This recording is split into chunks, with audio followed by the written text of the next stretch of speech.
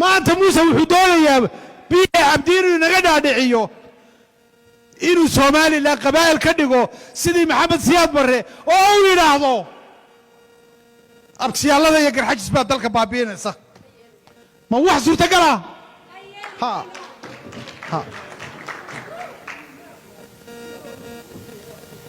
halgan kaas dheer aynu soo marnay iyo dhimashadaas waa ta keentay Somaliland la harsado calankeedii calan baynu dhisanay dastuur baynu dhisanay shuruuc baynu dhisanay qaran baynu dhisanay iyo ictiraafkii inta u saareeya marna kuma jirin baarganka iyo heshiisyadii aniga kali talis baan noqonaya wax kale baa lagu sheekeeyay Somaliland wax kale baa laga maxaan ku rahaa la isku dayo لكن نيكل تلسة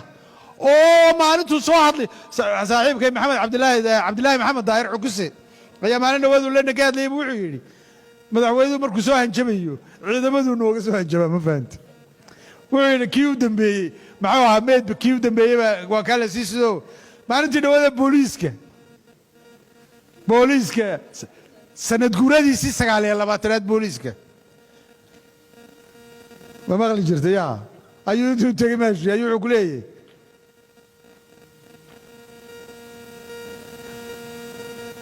خير إيه ماذا حدقمت بيقول أيها الدقاق هيك وحول كمان قبنكر دور شال كمان قبنكر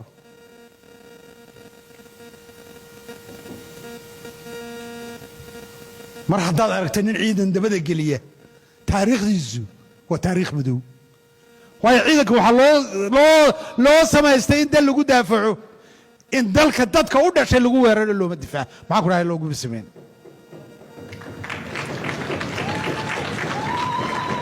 marka waa la yaabo waxaan idhi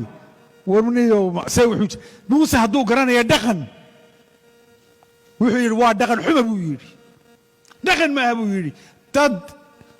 madax dhaqameed ku la hadlaya jiif caaqil ma garanayo Cabdiraxmaanow انت مال سوق تجين بيدي انا وحو فهمي واي حدو موسى دقن قرانيو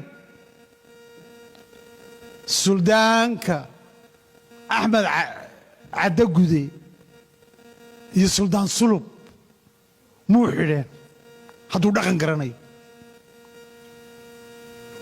حدو موسى دقن قرانيو مو ديدين سلادينتي Somaliland iyo culimadii isku jiray sadonka ahaa muu diideen hadduu dhaqan garanayo 24 hablood oo isku reera intuu gobolkoodii ka qaado magaalo kale muu geeyeen oo reerkiisu dego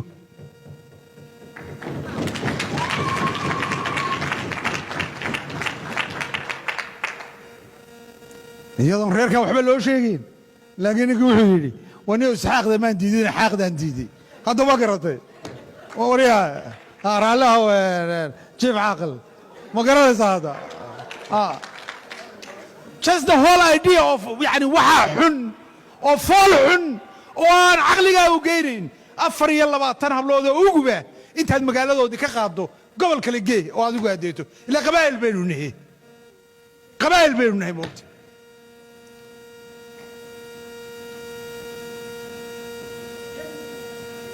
marka dhaqan hadii cid ka aradan tahay madaxweynaha ka aradan ha Muuse adiga ka aradan hadii cid dhaqan ka aradan tahay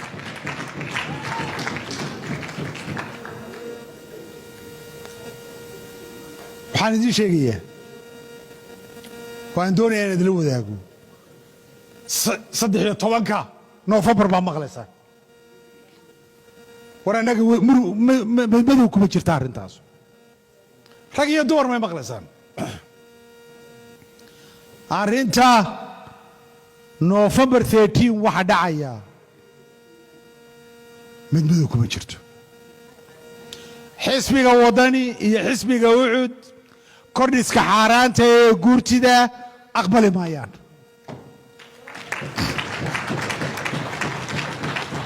waxa la wuxuu doonaha noqdo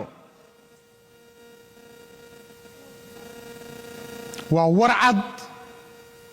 kordhis xaaraana ama kordhis aan laga wada tashan kelmadda madaxweynaha mustaqbalka iyo guddoomiyaha xirsiga iyo guddoomiye faysal ay yidhaahdeen sideeda aan u sheegay waxa weeye heshiis aan la wada gaadhin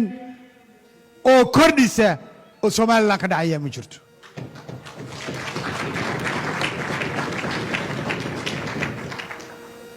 waxaan kaloo dhacayn maan idiin sheegayaa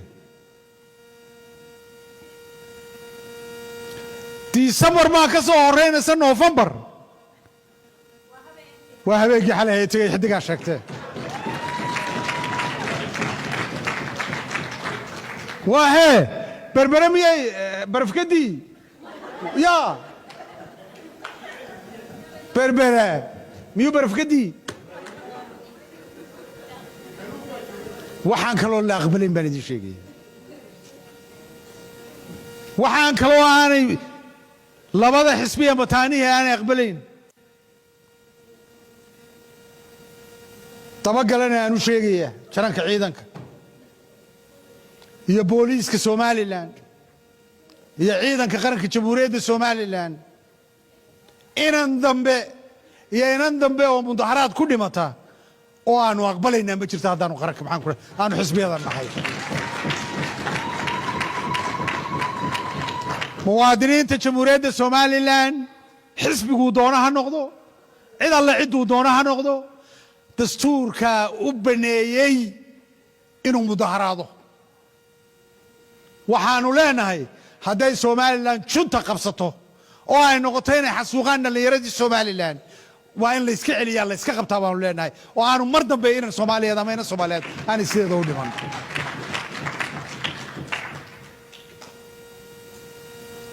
maxaa diyaar u tihiin baa imanaysa soo maaha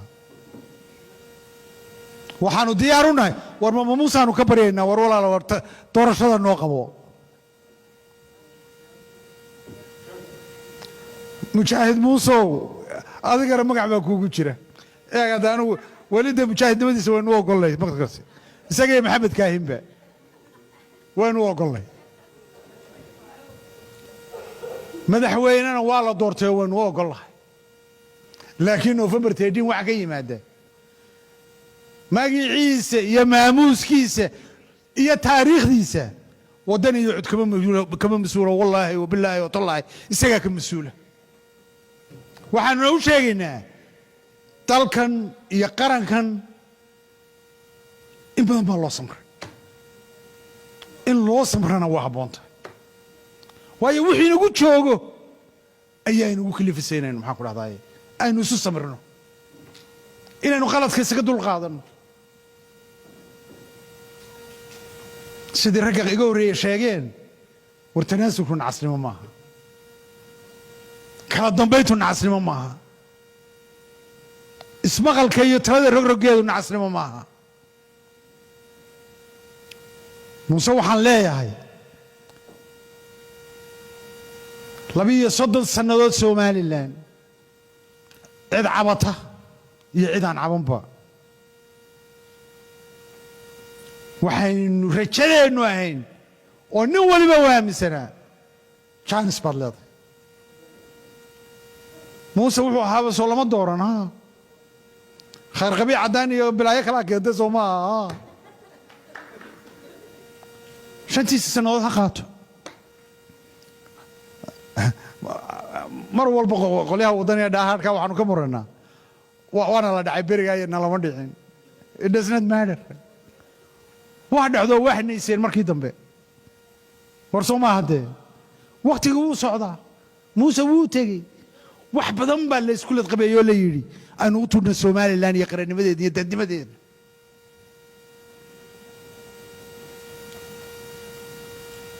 laba walba isa saaray buu yidhi laba togooga isma saarin waxaan caqligaygaba aniga gelin horta qolkole idinka garan maaye ninkii dalkan u soo dagaalamay ama raggii u soo dagaalamay raggan maantaan ka hadlayaa somalilan way cafisi 3 nin baan idiin sheegayaa 3diba dagaalkii sokeeyay ka qayb qaateen waa muuse biixi waa maxamed kaahin iyo saleebaan gaal 3doodaba somalilan intay cafisiyeen bay darajadii ugu wanaagsaneed ku toleen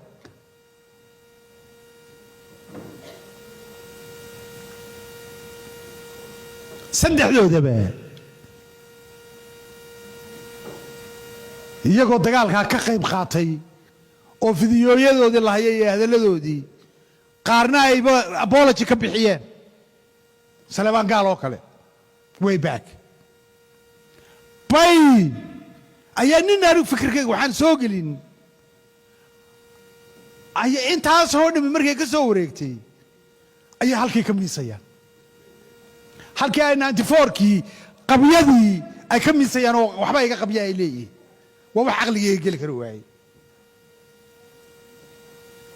arrinteeduna mid qudhunbay ayuunbay ku ururaysaa mid qudha ama isdiidsiya ama isdiidsinina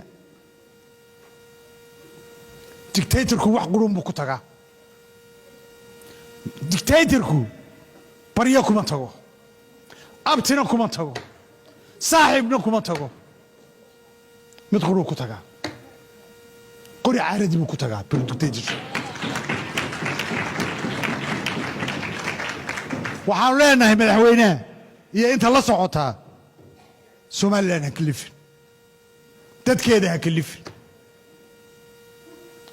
inta maanta nooli waa intii agoomaha ka soo doogtay ee waalidiintood dowladdiisii aad bare ku burbureen inta in kale iyo gacantaada ku burburan Olaf branch baanu kuu samaynaynaa doorashada qabo suurtageli mayso wuxuu yidhi yaa odhan kara deegaanka iyaga waxba ka dhici maayaan waxaan idiin sheegayaa 6 goobood baa jira oo Samaroon iyo isku haystaan Sacad Muuse waan weligeed laga footiin oo dhinaca xeebta xigta yaa eryada lagu haya weeyaan oo 6 goobood weeye 6 kun oo goobood bay inta badh bay degan yihiin reerkan uu leeyahay miyay saa odhan karaan 6 goobood maahee 1,000 meelood 600 meelood bay ayay leeyihiin oo sanaaduuq la geen karaa hadday doonayaan nobody dagaal rabaa ma jiro laakiin wallaahi wabilaahi watallahi inaanu nina aqbalayn sandule iyo xabad baan kugu marinaya xaaraan bay ka tahay marka maxaa idinla gudboon reer wadaniyow Somaliland dimuqraadiyad bay ku caano maashay inaynu koofi iyo ice cream isku wareysano meeshan lama joogo